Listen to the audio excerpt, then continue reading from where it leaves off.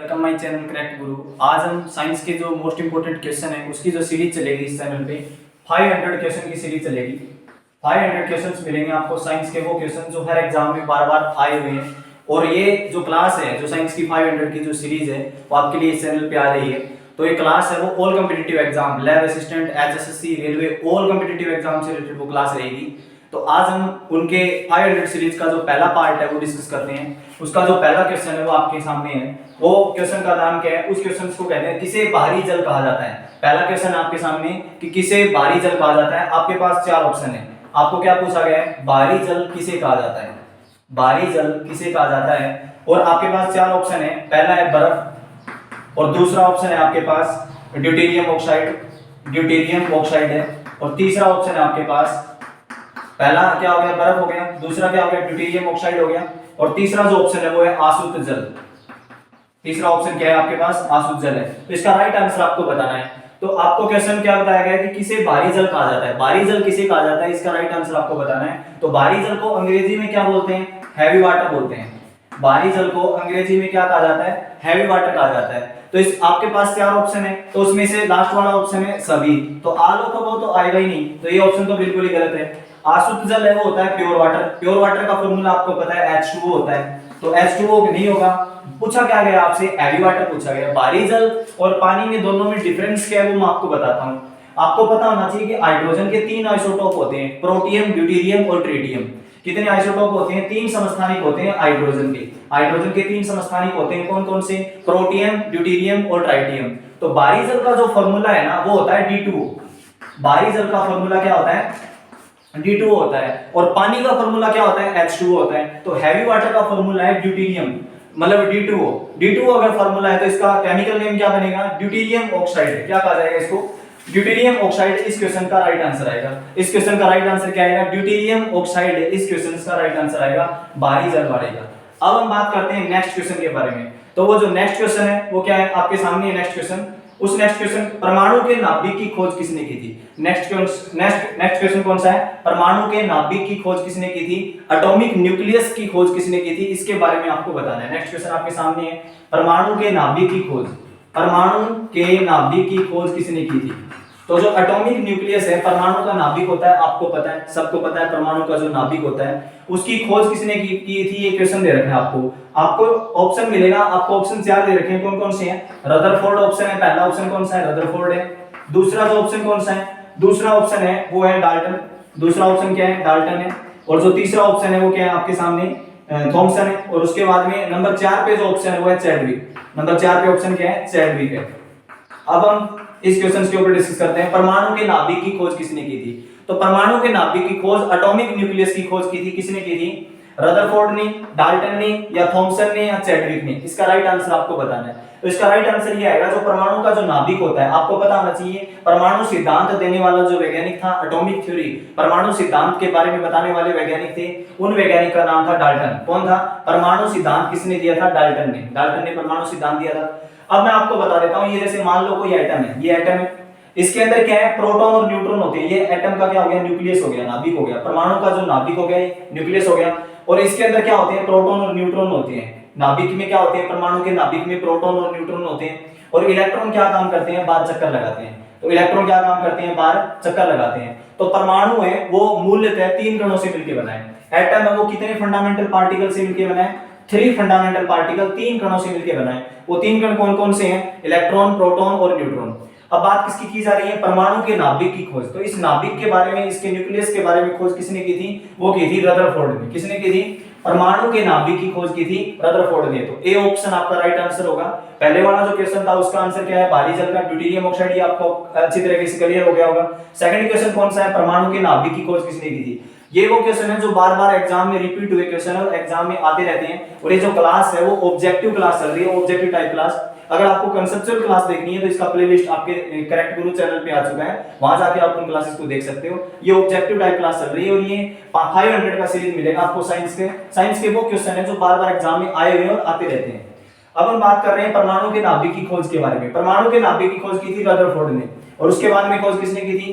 Rutherford ने खोज की थी। आपको पता चल गया रदरफोर्ड ने परमाणु के नाभिक के बारे में बताया था। अब हम बात कर रहे हैं डाल्टन ने क्या काम किया था। डाल्टन ने काम किया था परमाणु सिद्धांत का पता लगाया था। एटॉमिक थ्योरी, परमाणु सिद्धांत किसने दिया था? डाल्टन ने दिया था। डाल्टन ने परमाणु सिद्धांत दिया था। अब बात करते हैं जे थॉमसन ने क्या काम किया था। जे थॉमसन ने इलेक्ट्रॉन की खोज की थी। आपको मैंने बताया परमाणु 3 मूल कणों से मिलकर बना है, 3 मूलभूत कणों से मिलकर बना है। कौन कौन से कण हैं? इलेक्ट्रॉन, प्रोटॉन और न्यूट्रॉन। आपको समझ में आया होगा, इलेक्ट्रॉन, प्रोटॉन और न्यूट्रॉन 3 कणों से मिलकर बना है। कौन?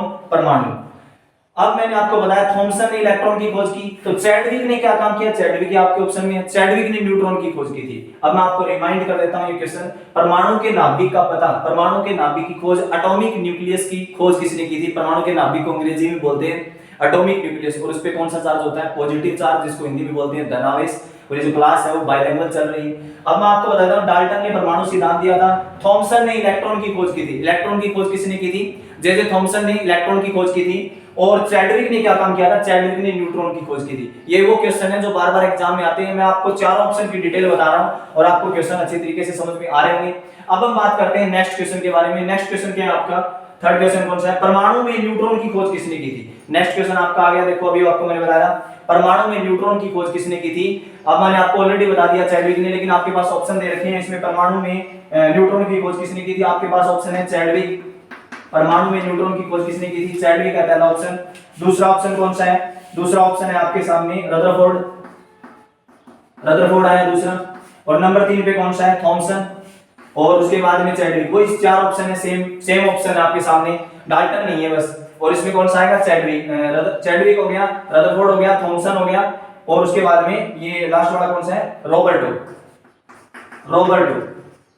ये 4 ऑप्शन है आपके सामने। तो परमाणु के अंदर जो न्यूट्रॉन की खोज की थी वो मैंने आपको बताया चैडविक ने की थी। अब आप सोच रहे होंगे चैडविक ने परमाणु में न्यूट्रॉन की खोज कब की थी? 1932 में परमाणु के न्यूट्रॉन की खोज की गई थी। परमाणु के अंदर जो न्यूट्रॉन होता है, अब आपको रिपीट करता हूं कि जो इलेक्ट्रॉन है उस पे नेगेटिव चार्ज होता है और प्रोटॉन है उस पे पॉजिटिव चार्ज होता है और न्यूट्रॉन पे कोई चार्ज नहीं होता। लेकिन परमाणु में जो न्यूट्रॉन की खोज की थी वो 1932 में हुई थी। परमाणु के न्यूट्रॉन की खोज कब हुई थी?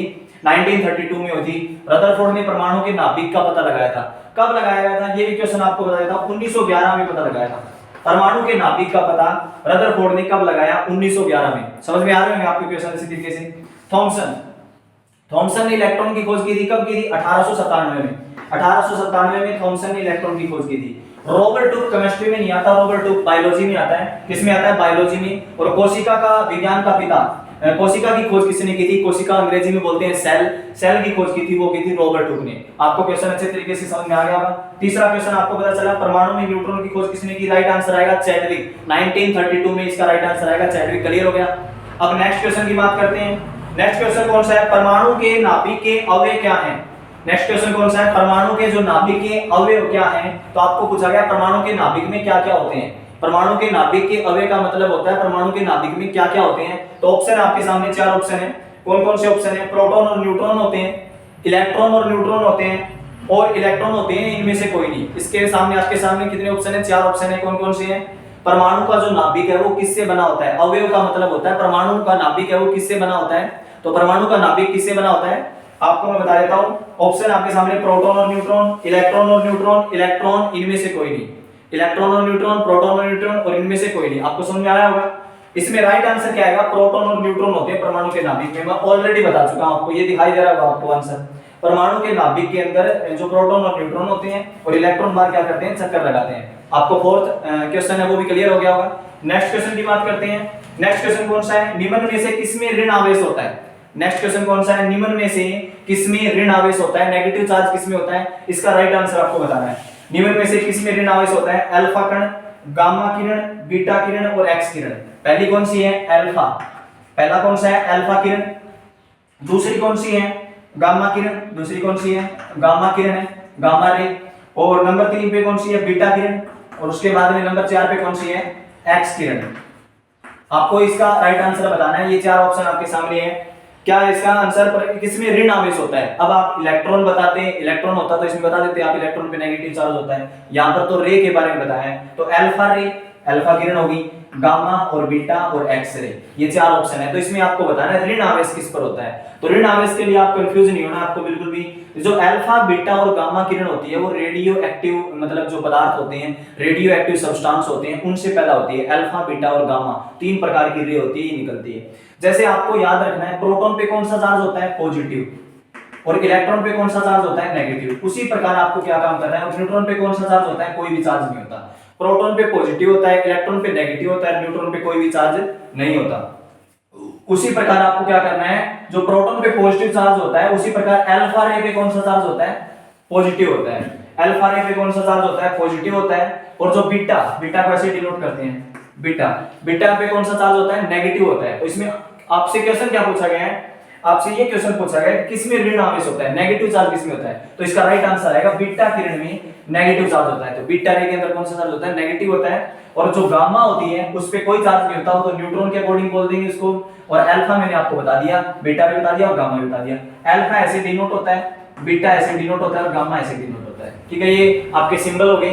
आपको क्वेश्चन अच्छे तरीके से समझ में आ रहे होंगे। ये क्वेश्चन आपके लिए था। नेक्स्ट क्वेश्चन है, नेफ्थलीन और बालू के मिश्रण को किस विधि से अलग किया जाता है। नेक्स्ट क्वेश्चन है, नेफ्थलीन और बालू के मिश्रण को किस विधि से अलग किया जाता है। ये क्वेश्चन आपको दिखाई दे रहा होगा स्क्रीन पे। वाष्पन विधि, छानन विधि, ऊर्ध्वापातन विधि और उपरोक्त सभी।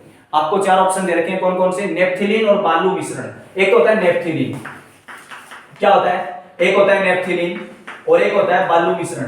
क्या होता है, एक होता है बालू मिश्रण। इसमें आपको समझ में आ रहा होगा नेफ्थलीन और बालू मिश्रण। तो नेफ्थलीन और बालू मिश्रण दो प्रकार के मिक्सर हो गए। नेफ्थलीन की गोली होती है जो चूहों को मारने के लिए यूज की जाती है, नेफ्थलीन। तो उसके अंदर कौन सी प्रोसेस होती है, उसके अंदर प्रोसेस होती है वाष्पन विधि से उसको क्या किया जाता है, अलग किया जाता है। वाष्पन विधि से भाप द्वारा, मतलब उसको गर्म करके। ये तो गलत है आंसर, इसका आंसर ये नहीं आएगा। छानन, छानना तो कोई है नहीं, छानेंगे तो भी ये अलग नहीं होगा। लास्ट तीसरा ऑप्शन क्या है, ऊर्ध्वापातन विधि। तो ऊर्ध्वापातन विधि का मतलब होता है सब्लिमेशन प्रोसेस। क्या बोलते हैं इसको, सब्लिमेशन प्रोसेस बोलते हैं। ऊर्ध्वापातन विधि सब्लिमेशन प्रोसेस बोलते हैं अंग्रेजी में। इस विधि द्वारा नेफ्थलीन और बालू के मिश्रण को अलग किया जाता है। ऊर्ध्वापातन विधि सब्लिमेशन प्रोसेस बोलते हैं। इसके अंदर क्या होता है, कोई भी ठोस पदार्थ होता है वो सीधा गैस में बदल जाता है, कोई भी सॉलिड सब्सटेंस है वो सीधा गैस में बदल जाता है। अगर आपको इन क्लासेस को कंसेप्चुअल वे में देखना है तो आपको प्ले लिस्ट मिलेगी कंसेप्चुअल क्लासेस की, वो क्लासेस में जाके आप उनको देख सकते हो। अगर आपको ये क्वेश्चन थोड़े डिफिकल्ट रहेंगे, उनमें आपको प्रॉब्लम सॉल्व हो जाएगी। मैटर एंड इट्स कंपाउंड, पदार्थ और उसके यौगिक के बारे में एक आपको क्लास मिलेगी, वहां जाके आप इन क्लासेस को देख सकते हो कि ऊर्ध्वापातन क्या है। कोई भी सॉलिड पदार्थ है वो डायरेक्ट किस में बदल जाएगा, गैस में बदल जाएगा। जैसे आपने देखा होगा कपूर की गोली होती है, कुछ टाइम बाद गायब हो जाती है। इसका कारण क्या है, क्योंकि वो ऊर्ध्वापातन विधि है। तो नेफ्थलीन और बालू का मिश्रण होता है, बालू मिट्टी का मिश्रण होता है, उसको अलग सब्लिमेशन प्रोसेस से किया जाता है। तो ये मोस्ट इंपोर्टेंट क्वेश्चंस का जो पहली क्लास थी आपकी 500 सीरीज की क्लास चलेगी, ये आपके लिए पहली क्लास थी। ये ऑल कॉम्पिटिटिव एग्जाम से रिलेटेड क्लास थी। अगर आपको ये क्लास अच्छी लगी हो तो आप हमारे चैनल को सब्सक्राइब करें, लाइक शेयर वगैरह करें, और फिर मिलते हैं एक नई अपडेट्स के साथ। Thank you.